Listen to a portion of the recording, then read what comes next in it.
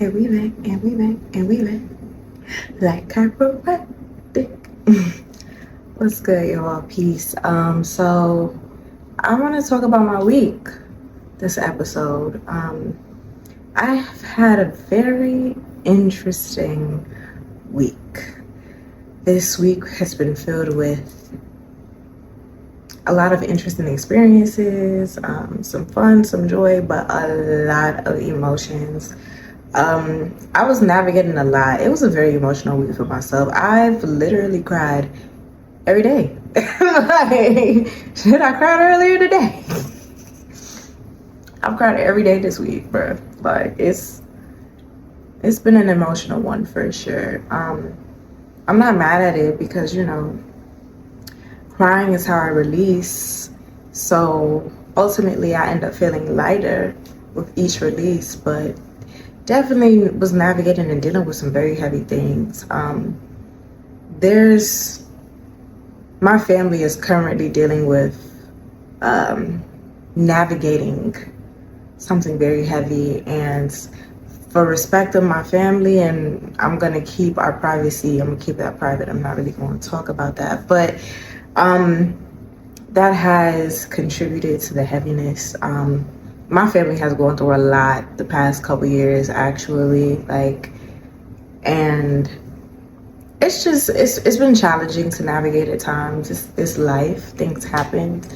All of the things have been outside of our control, but it's just been a lot. It's been a lot. So navigating that this week, we got some news that wasn't the best news. It wasn't good. It was pretty heavy, and we've just been processing that, individually and as a family.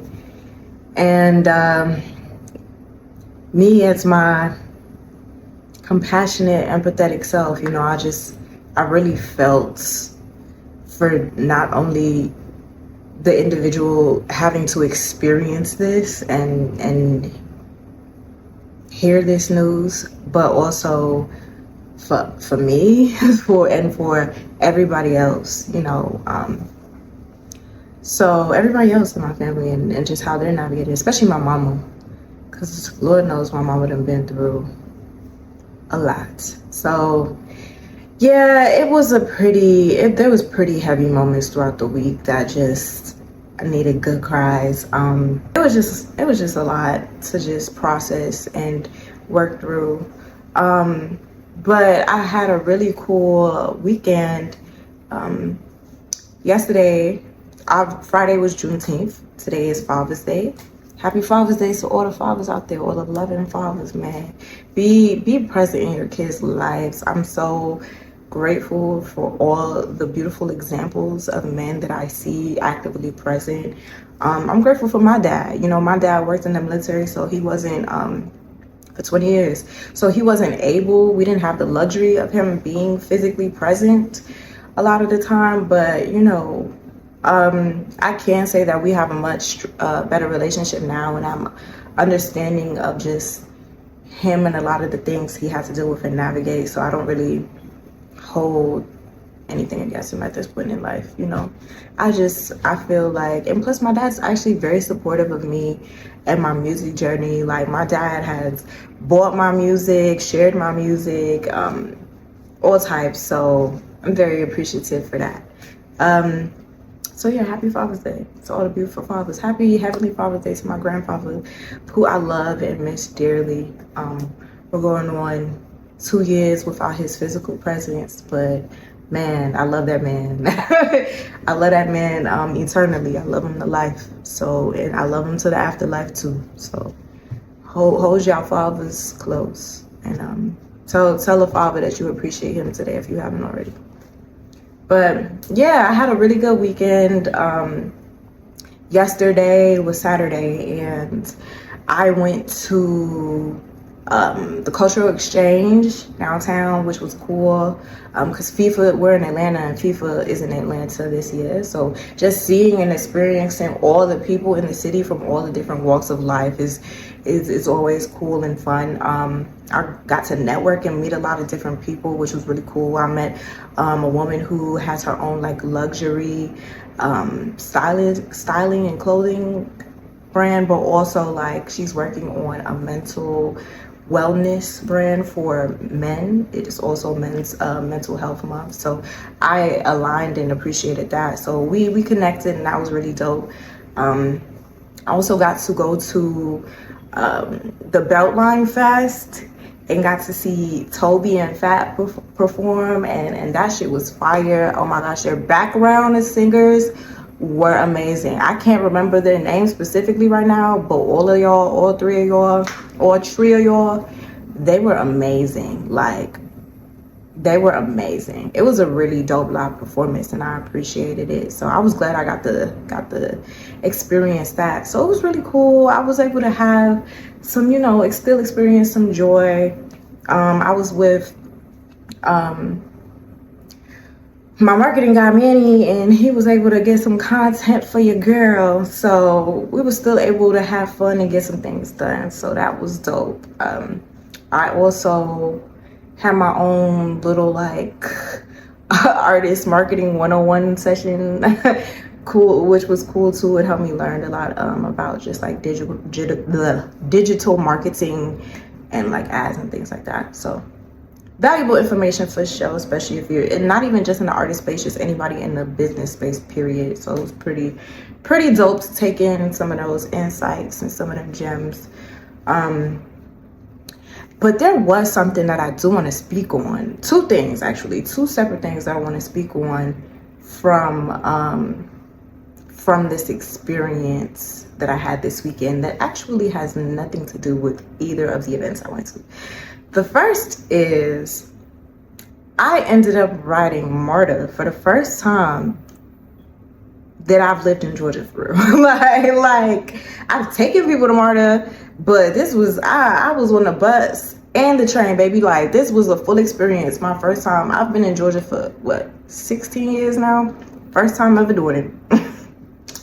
And it was cool.